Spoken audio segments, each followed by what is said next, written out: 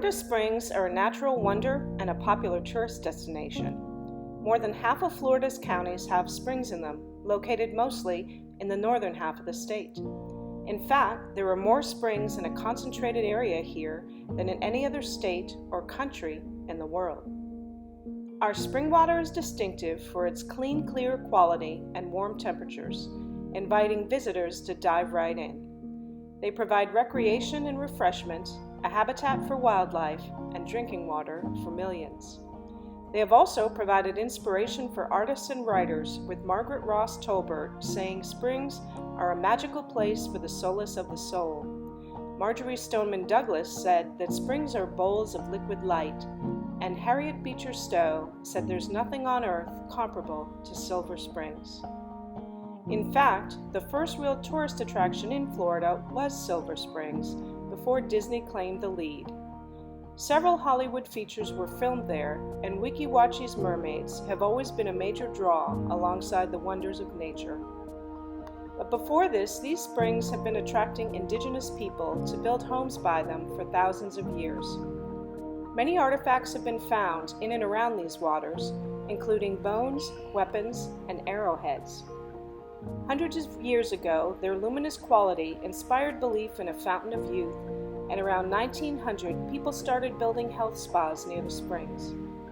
Today's visitors come to these waters to swim, canoe, kayak, snorkel, scuba dive, hike, and commune with nature. Stay tuned to hear more about plants and wildlife, how our springs are used for drinking water, and what you can do to help our beautiful Florida springs.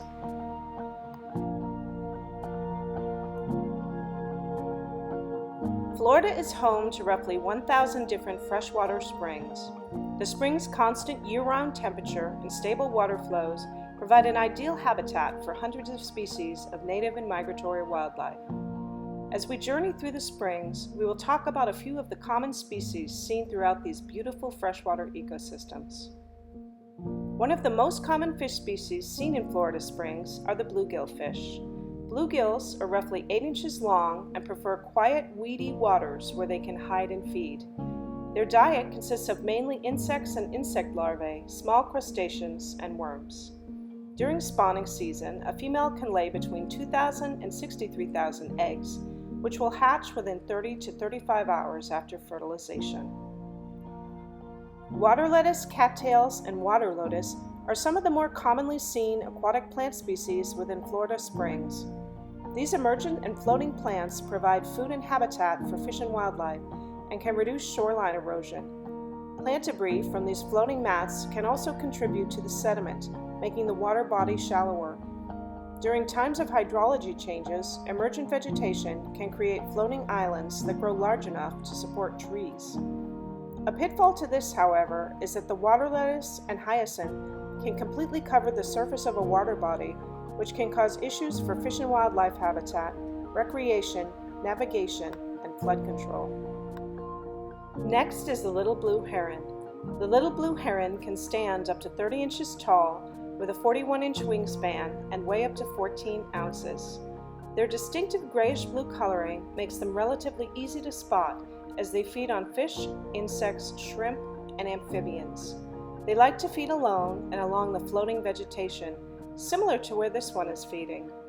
Unfortunately, little blue heron are a threatened species and are susceptible to coastal development, disturbance of habitats, reduced prey availability, and predators. A species like the little blue heron is the tricolored heron. These birds stand up to 25 inches tall and feed primarily on small fish. Their dark, slate blue coloring with purple chest and white underparts make them a beautiful specimen to observe. They can lay between 3 and 5 eggs, which hatch after 21 days. This heron is also listed as threatened as it faces exposure to pollutants and pesticides, development of wetland areas, and hydrology changes to foraging areas.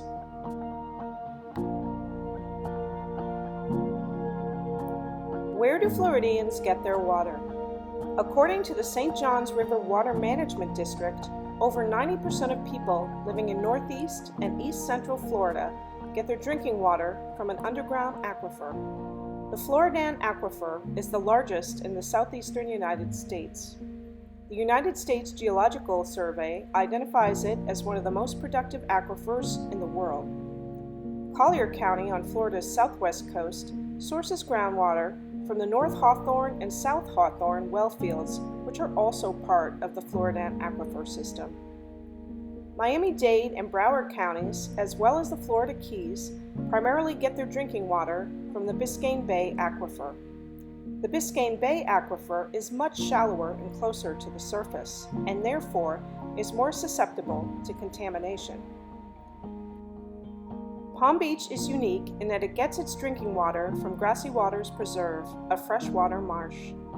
In 2021, the Palm Beach drinking water supply was temporarily compromised by the presence of a toxin produced by cyanobacteria, commonly referred to as blue-green algae.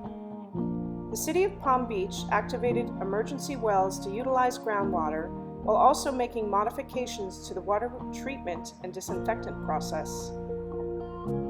The South Florida Water Management District states that in Central and South Florida, 3.5 billion gallons of water are used every day for a variety of purposes, including agriculture, industry, and domestic use. This number is projected to increase to 4.5 billion gallons per day by 2040. As the population of Florida continues to grow, we all need to practice water conservation. The Florida Department of Environmental Protection reminds us that while freshwater in Florida has a variety of uses, it's of critical importance to the wildlife living in our freshwater habitats. Overusing our water resources can threaten the health of our freshwater systems.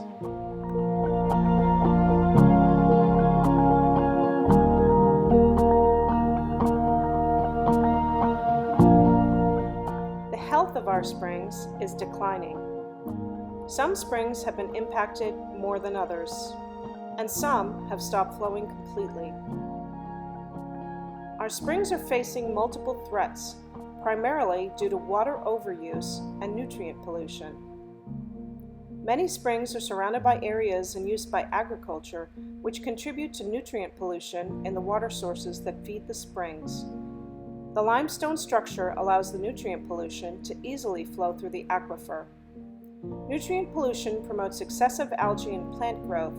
The algae collects on plants and other surfaces in the springs.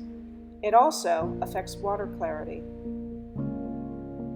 Florida's population and water use has more than doubled since 1980, which has resulted in reduced spring water flow. These threats can cause the degradation or loss of more springs.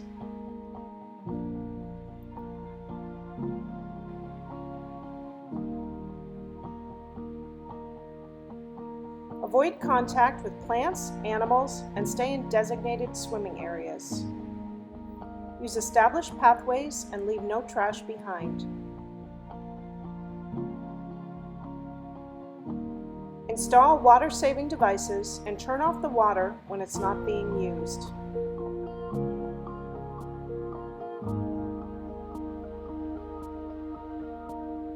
Use native and drought-resistant vegetation in lawn and landscaping.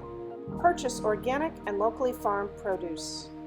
Avoid using fertilizer on your lawn and landscaping.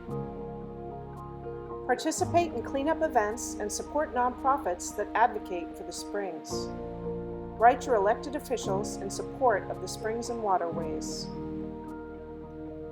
Although the springs face many challenges, collectively we can make a difference.